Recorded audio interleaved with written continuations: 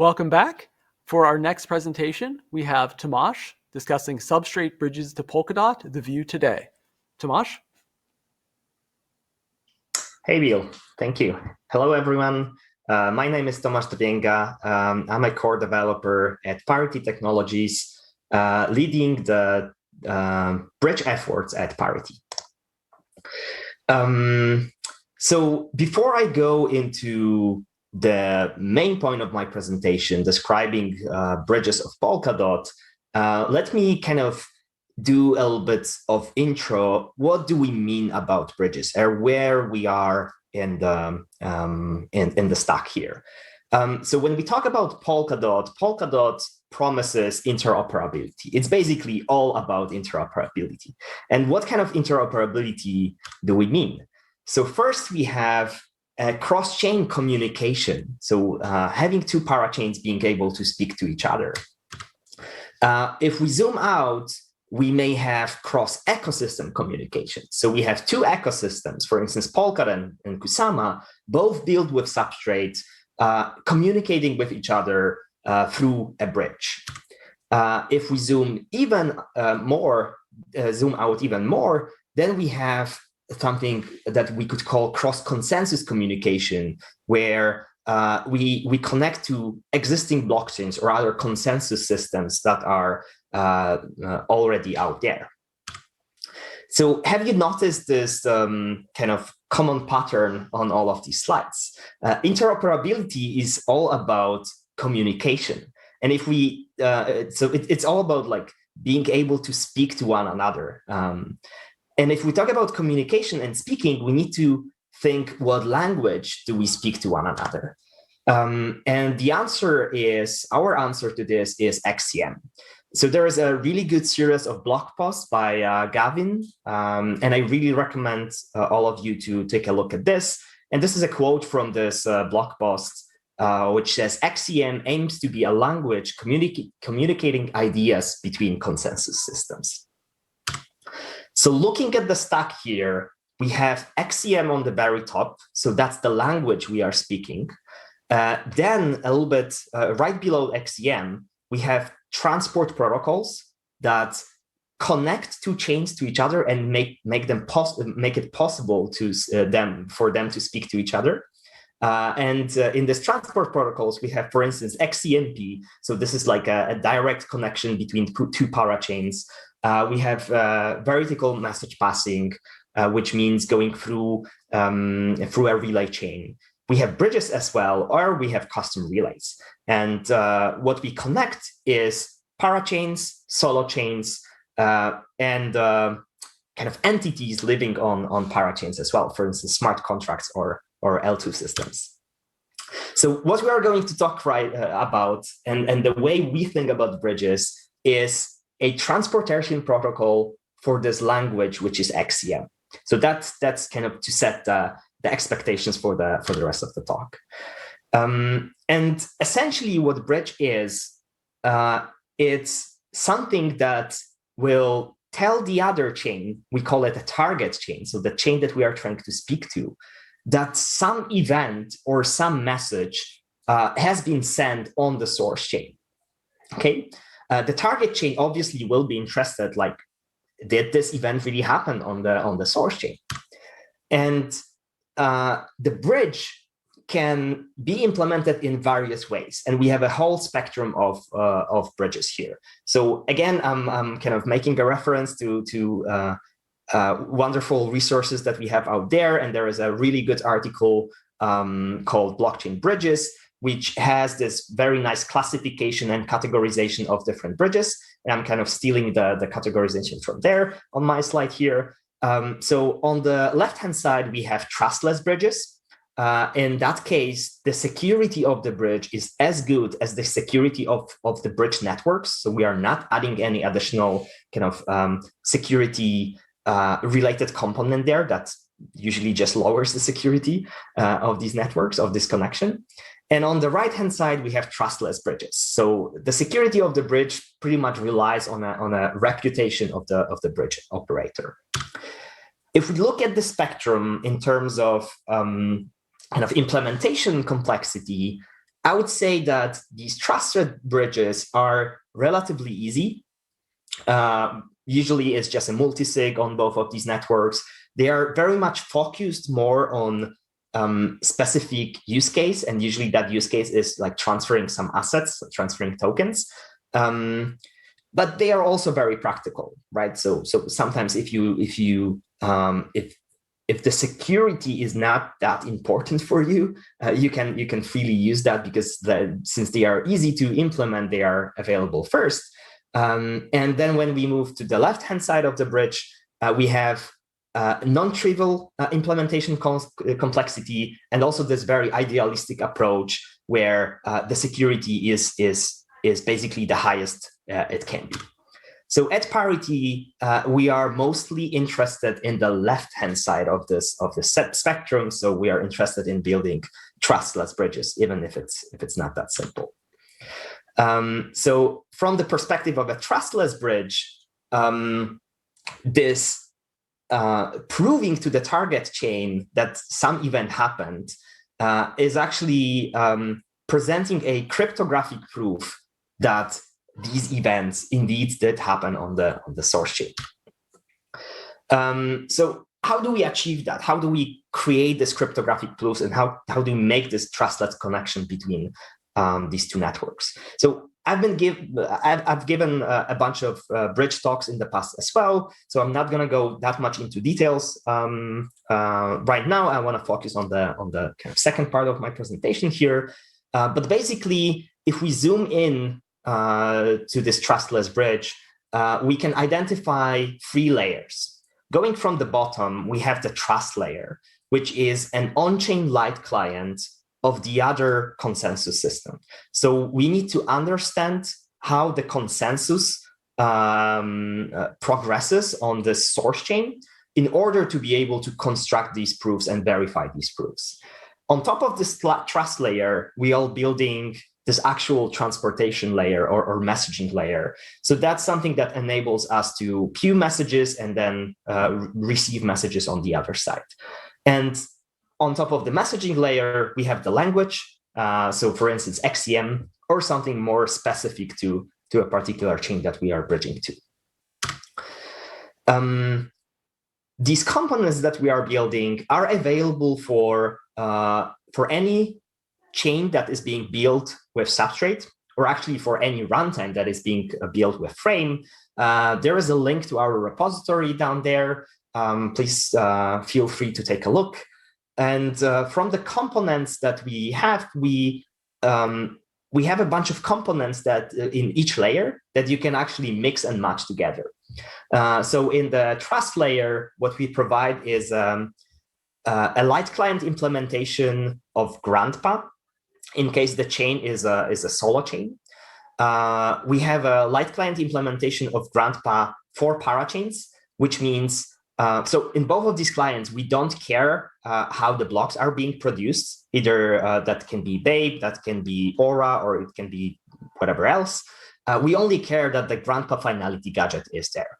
So for the solo chain, the Grandpa finality gadget is running directly on the chain, which makes things a little bit easier. And in case of Parachain, the Grandpa or finality is achieved on the entire relay chain level, right? So we can follow Parachain finality by being able to verify finality of the relay chain. We have an Ethereum POA or Aura implementation as well available. This is being a little bit discontinued right now, but it's a proof of concept. This is something that we have started with, and it works. And if you have a case to bridge an Ethereum POA chain, feel free to try it out. And the thing that we are planning, and I will go a little bit more into details on my further slides, is BEEFY and MMR. So in case of the messaging layer, we have something that is called message lanes implementation. So it's a transportation layer that allows, that enables order delivery, enables delivery confirmations, and also allows multiple lanes that kind of have these properties in parallel. So you can send 2 messages in 2 different lanes, and they will be delivered in parallel. However, messages within the same lane will be delivered exactly in the same order they were sent. Something that we plan for the future as well is a much simpler protocol without all of these features that we have in message lanes, but also with this nice property of being very cheap and very simple. And it's going to be an UDP-like protocol where you simply queue messages. They are delivered. They might be delivered in parallel. We don't really know the exact order, but also you don't get confirmations that they were delivered. So it's kind of send and forget. And in terms of the messaging, the language layer, the dispatch layer, currently we support a subset of XCM, which is Substrate chain, encoded calls. So it's very kind of target chain specific messaging. And what we are planning to work on in the near future is XCM integration to kind of fill that block that I showed in the original diagram of having bridges as a transportation layer for XCM as a language. So yeah, now let me talk a little bit about bridges to Polkadot. And there is a huge asterisk there, because I'm going to talk about a very narrow subset of all of the bridges that are being planned for Polkadot. And these are going to be bridges that I was either personally involved in or my team was involved in. So I also encourage you to check out all of the other projects that are currently building for Polkadot. And the first thing that we've been working on for quite some time is a bridge between Polkadot and Kusama that would be running directly on the relay chains. The use case for that bridge is to allow on-chain entities to communicate and to basically prove that the bridge design that we have works.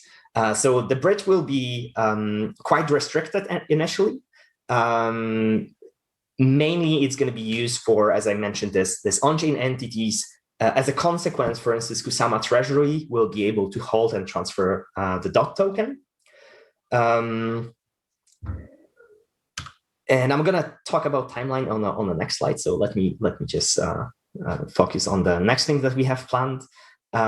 So a kind of natural consequence of this, or a next step for this, is when we have parachains on both Polkadot and Kusama, having a bridge running on the relay chain is not the most efficient solution. So what we would like to propose to both Polkadot and Kusama councils is to create a bridge that would be operating on the parachain level. So basically create a parachain for Kusama and a parachain for Polkadot and bridge these two.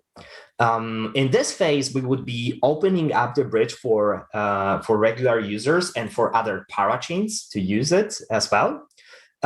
We would like to enable XCM communication, so we would like to closely integrate with XCM. And in the future, we envision that this might be extended to include other bridges. This is this bridge hub idea that Gav mentioned on his keynote. Having XCM there would mean that any Kusama parachain could send an XCM message that would get routed to this bridge parachain, then routed across the bridge to the Polkadot side, and then from this bridge parachain on Polkadot, routed further to another parachain in the Polkadot ecosystem. Obviously,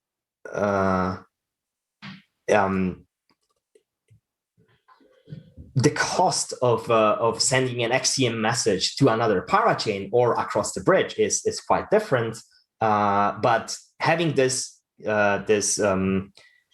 connection available is sounds pretty exciting. So I've mentioned I want to talk more about this other trust layer component that we have planned. And this is BEEFY and MMR. So initially, BEEFY was designed to enable bridging with Ethereum mainnet. And I need to mention at least two entities and a few people here for kudos. So first, the Web3 Foundation folks who are working on the BEEFY gadget, Alistair and Alfonso, and also the Snowfork team who is working on using that BEEFY gadget to build a Ethereum bridge to Polkadot. The premise for BEEFY is to allow cheaper verification of consensus because verifying grandpa is quite expensive if you want to do it on chain. We also want to have a much lighter payload to basically like lower the amount of data that we need to send to kind of obtain this trust layer properties. And also a very good consequence of this is that we have unified data types. So while Substrate is extremely generic and allows every chain to customize their header format, for BEEFY, the payload would be exactly the same, no matter what kind of header format the chains are using. So we would be able to speak to many chains without kind of adapting for them because they will use the unified data types. So what BEEFY actually is. So this is an additional consensus round done by Grandpa validators. So it piggybacks on Grandpa. It allows crypto to be customized. So for Ethereum Bridge, we are actually using SecP 256K1, which is much faster to verify on Ethereum. In the future, we also plan to include threshold signatures. The proofs would be much more lightweight than Grandpa's finality proofs. And also the payload would be much more lightweight. So we don't even need to include header data. We can include something else. And the something else that we have in mind is actually MMR that I'm going to describe on the next slide, because BEEFY together with MMR makes it very efficient to prove finalized and historical data at any point in time in the chain.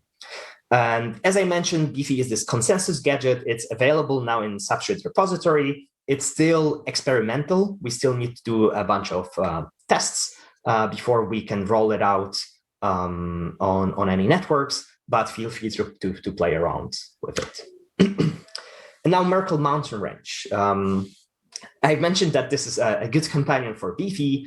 So what Merkle Mountain Range actually is this kind of a Merkle tree with very efficient way of appending new data. So here on the image, you can see a Merkle tree with 8 leaves, which ends up having 14 nodes in total.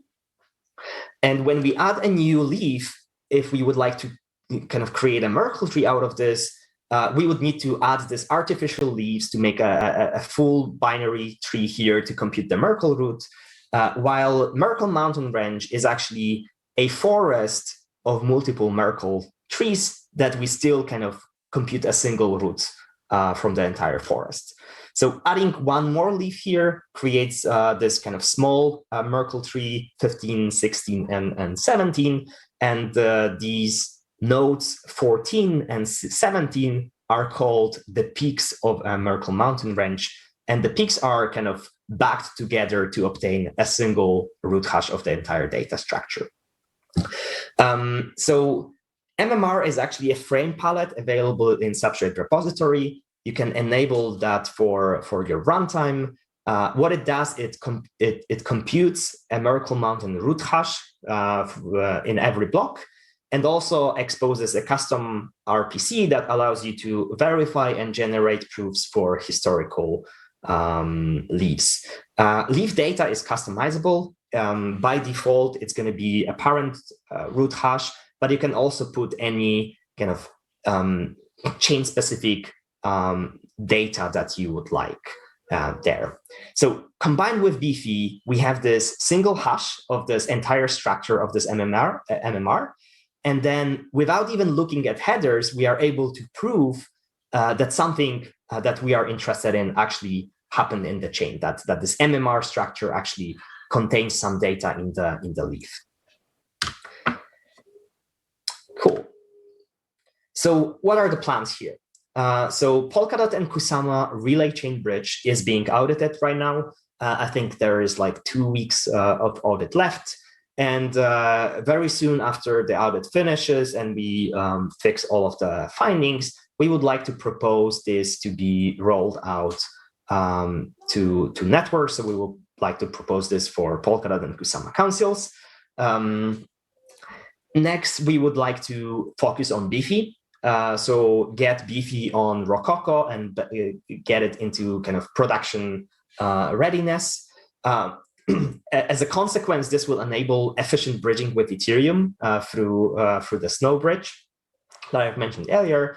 And the next step, or something that we will actually do in parallel, is to move the bridge from the relay chain, or work on having the bridge running on the Parachain and having an XCM integration as well to enable this kind of nice use case of being able to speak exactly the same language independently from if you are speaking to another parachain within your relay chain, within your ecosystem, or outside of your ecosystem. And that would be all from me. I would like to invite you to our element room, where you can ask us more about bridges, and also make sure to check the source code of the bridge palettes and also the components that are in the Substrate repository. Thank you. All right, thank you very much, Tomasz. That was a really interesting talk. We know bridges are extremely important in our ecosystem, and it's always really neat to see how they're being developed. We did have a few questions from the audience for you. So one, you had mentioned some limitations for the Polkadot to Kusama relay chain to relay chain bridge. And you mentioned as an example, just, holding, tokens for the treasury of the other chain. Can you go into a little more detail? What are these limitations? Is it just, entities on one chain can hold others? Is it certain extrinsics are handled? Like what are those limitations?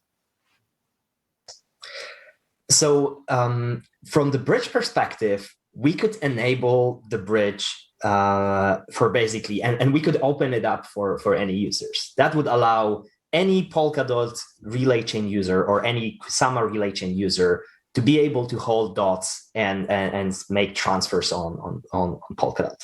However, a long-term plan for the relay chains was always to have as little functionality as possible. So we don't want to kind of clog the relay chain with all of these bridge transfers. And also we don't want to inflate the state of the relay chain with all of these accounts that are coming from the bridge.